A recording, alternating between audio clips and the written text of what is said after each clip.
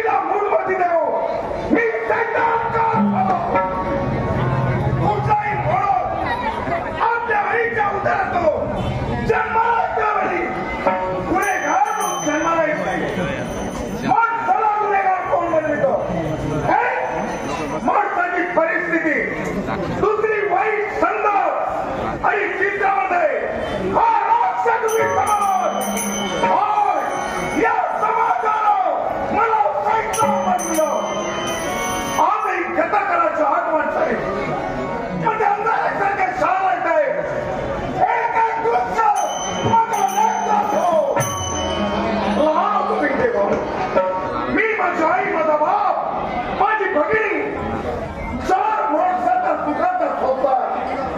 पण दुष्टाने आमचा संसार एक दिवस एका व्याघ्रानं माझ्या बापावर रक्ताच्या थरोळ्यात माझा बाप विवाहात होता. हे तुझ्या आईला पाहिलं. आघात झाला तिच्यावर आणि त्या क्षणी ती अंतुला नाही ना भाई ओळखी बोलावी झालो. पण त्यावेळी काय झालं? या समाजाला मारलं.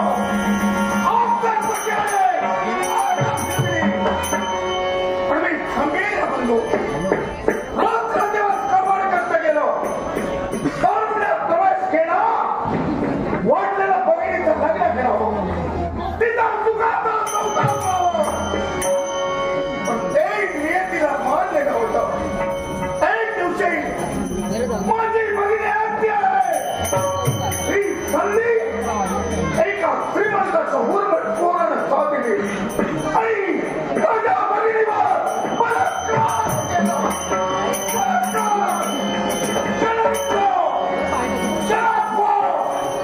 हा राक्षसरूपी समाज आपल्याला जगू देणार नाही.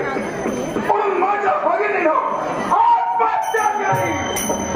हातानं वाढविलं, खेळविलं, हरविलं. त्याच्या हातानं तिच्या द्यावा अंतिम संस्कार केले. त्या उर्मट पोराचा मुद्दा पडला. समाजाचा त्याग केला. आघाडीचा सोडण्यात गेलो. काही कविता शिकलो. परंतु नाही बरंच काही प्राप्त करायचंय. पण साधना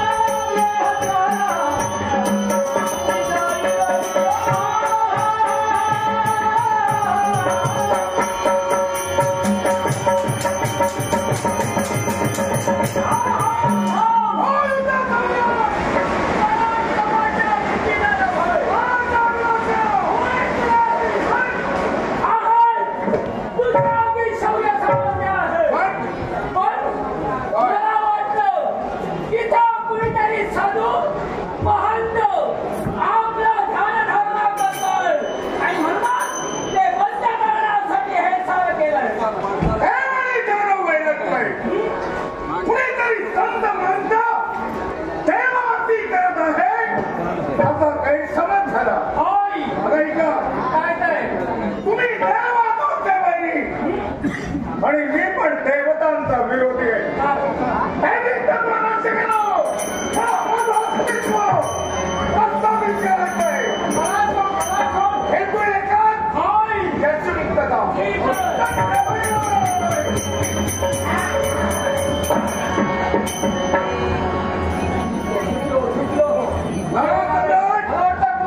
तरी पण शंका कोणती मान्य मला. मग तुम्ही कौरण्यपुरातच का आला? यालाही कारण आहे. खऱ्या या कौरण्यपुरात युवराजाच्या हाती एक विजयी खड्ग आणि त्याच विजयी खड्ग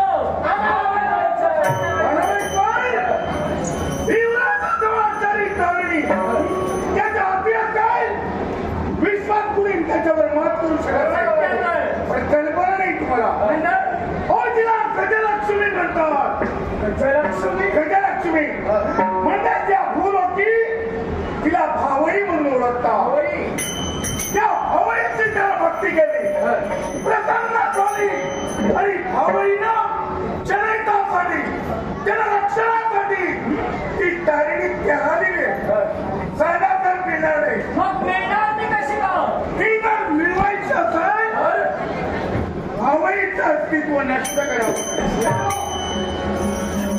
आणि भावईचं अस्तित्व नष्ट करावं लागेल.